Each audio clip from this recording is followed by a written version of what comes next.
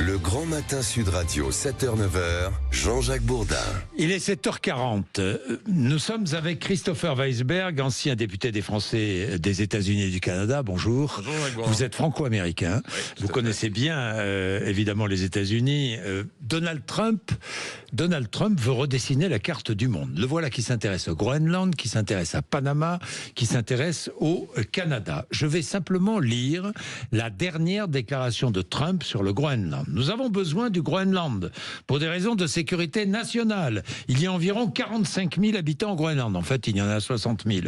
Et on ne sait même pas si le Danemark a un droit légal sur ce territoire. Mais si c'est le cas, il devrait y renoncer pour protéger le monde libre. Il suffit de regarder, il y a des navires chinois partout, il y a des navires russes partout. Nous ne laissons pas cela se produire. Si le Danemark veut arriver à un accord, les habitants vont probablement voter pour l'indépendance ou pour rejoindre les États-Unis. Sinon, j'infligerai des taxes douanières très élevées au Danemark pour qu'il accepte cette acquisition. Comment réagissez-vous ? Écoutez, c'est compliqué parce que vous avez commencé par le Groenland, qui est un pays qui est rattaché, dont le souverain est le roi du Danemark, mais qui a une autonomie et une indépendance gouvernementale très forte. Ils ont quitté l'espace européen il y a une vingtaine d'années, et pour autant, ils sont rattachés quand même à notre espace politique, puisque... Ils sont rattachés à l'Union européenne. D'une manière ou d'une autre, sans y être explicitement rattachés, ils le sont un peu. Et donc les propos de Trump, qui sont pas nouveaux, parce qu'il avait déjà évoqué le sujet il y a une vingtaine d'années, sont plus inquiétants parce que aujourd'hui, et c'est ça la grande différence entre le Trump 2016 et le Trump version 2025, il a aujourd'hui aucun contre-pouvoir contre lui aux États-Unis. Et ça change fondamentalement la donne. Il a le Sénat, il a le Congrès et il a la Cour suprême. Et aujourd'hui, il a tout ce que les contre-pouvoirs américains avaient réussi à éviter il y a 10 ans, sont avec lui, et notamment la Silicon Valley, avec Musk et d'autres qui se sont rattachés à lui. Et donc, maintenant. Ces projets qui étaient des projets un peu délirants il y a 10 ans deviennent assez sérieux aujourd'hui. Et donc vous avez parlé du Groenland, mais il suffit de voir aussi le rapport avec le Canada, qui est le voisin privilégié des États-Unis, pour se rendre compte qu'on est dans une nouvelle ère, et une nouvelle ère qui prédit un rapport au monde complètement différent que celui d'il y a 10 ans. Il y a une volonté, alors je ne vais pas m'intéresser qu'au Groenland, parce que c'est vrai pour Panama aussi, il y a cette volonté de un peu redessiner la carte, et cette volonté de déréguler, une dérégulation mondiale. C'est ce que veut Musk, c'est ce que veut Trump, peut-être moins que Musk, je ne sais pas, mais c'est ce qu'ils veulent. Pourquoi cette dérégulation ?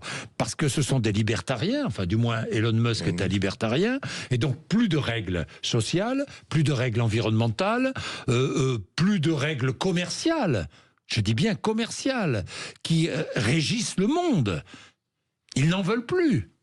En fait, ils choisissent uniquement leur propre intérêt. Vous les avez définis comme des libertariens. Mais Musk, tout en étant libertarien, c'est son courant de pensée, il a profité massivement des subventions de l'État américain pour développer ses projets économiques, et notamment son projet Tesla. Et donc, ce sont surtout des opportunistes. Et ce qui est assez fou, c'est que cette dérégulation, vous l'avez dit dans votre éditorial au début, c'est à plus ou moins grande échelle selon leurs propres intérêts. Et donc ça demande de la part de l'Europe un changement fondamental, parce que vous savez, moi j'ai toujours été pro-américain. J'ai toujours considéré que les brouilles qu'on pouvait avoir sur des contrats comme AUKUS, il fallait quand même les relativiser. Mais aujourd'hui, parce que c'est notre premier partenaire, c'était notre premier partenaire. Aujourd'hui, il y a une question fondamentale, stratégique, identitaire de l'Europe par rapport aux États-Unis, comme jamais auparavant. Que peut faire l'Europe, Christopher Weisberg ? L'Europe, elle doit avoir un modèle fort et elle doit se préserver de toutes ces attaques. Ça va être extrêmement difficile parce qu'elle est divisée. Vous avez vu que Musk est en train de parier, non pas sur des conservateurs, mais sur des groupes et des mouvements politiques d'extrême droite. Il va les financer, il va influencer, et c'est à nous, Européens, de prendre toute la mesure de cela pour être fort sur notre modèle. Alors, j'allais parler de l'ingérence de Musk, ingérence importante quand on pense qu'il fait la promotion sur son réseau X de son débat avec Alice Weidel, qui, rappelons-le, est le leader de l'AfD, le parti d'extrême droite allemand. À quoi? 1 mois et demi des élections en Allemagne, moins d'1 mois et demi.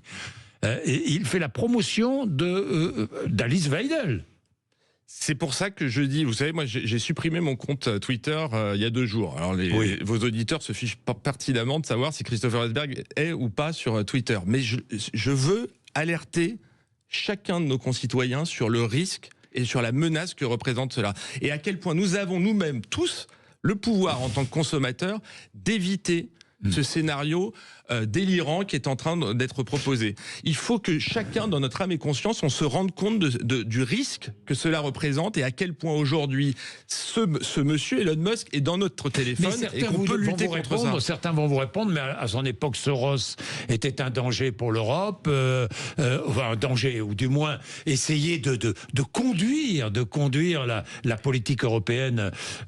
Aujourd'hui, Musk, est-ce que Musk est un danger pour les démocraties européennes? Musk est un immense danger. Vous savez, Soros, c'est le bouc émissaire permanent des libertariens réactionnaires américains qui le détestent sous couvert d'antisémitisme. C'est fort parce qu'en général, les MAGA, les Make America Great Again, ils considèrent que Soros, c'est la mondialisation du juif qui est partout.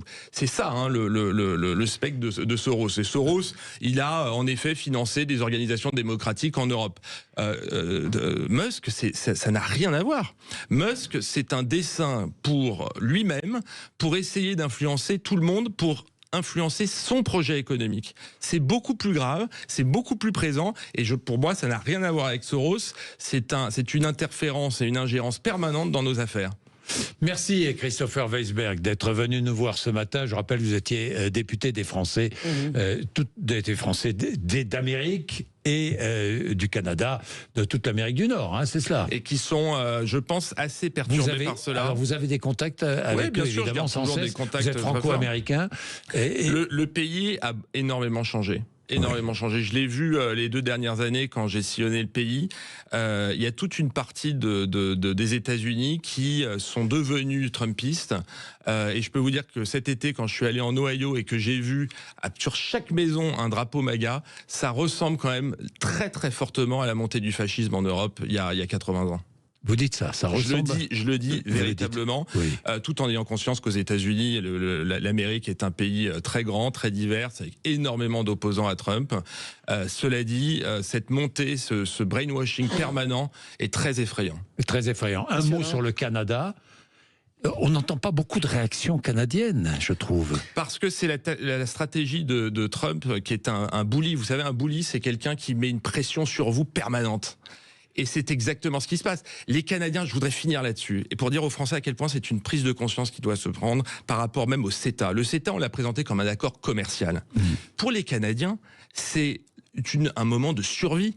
Leur principal partenaire commercial, c'est les États-Unis.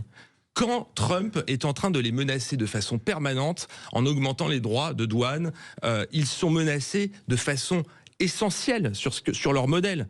C'est aux Européens maintenant de ne pas se dire on va protéger simplement notre marché alors que le traité nous est favorable, mais de se dire que c'est notre partenaire et qu'on doit sauver notre partenaire canadien. C'est une vraie manière de lutter contre l'impérialisme de Trump que de avoir et de renforcer notre partenariat avec les Canadiens qui en ont bien besoin. Merci Christopher Weisberg d'être venu nous voir. C'est passionnant. Merci. Ça sera intéressant. C'est passionnant. Ça sera intéressant de voir Emmanuel Macron reçoit aujourd'hui le Premier ministre britannique Starmer, qui est très attaqué évidemment par Musk. On a vu Macron qui a déjà réagi personnellement. On va voir la réaction des chefs d'État européens. Je pense qu'elle sera très forte. Bien sûr, et je recevrai tout à l'heure Laurent Saint-Martin, qui est ministre du Commerce extérieur et ministre des Français de l'étranger. Alors évidemment, ça tombe bien. Ça tombe bien. Merci beaucoup. Vous avez un sens quand même de l'actualité.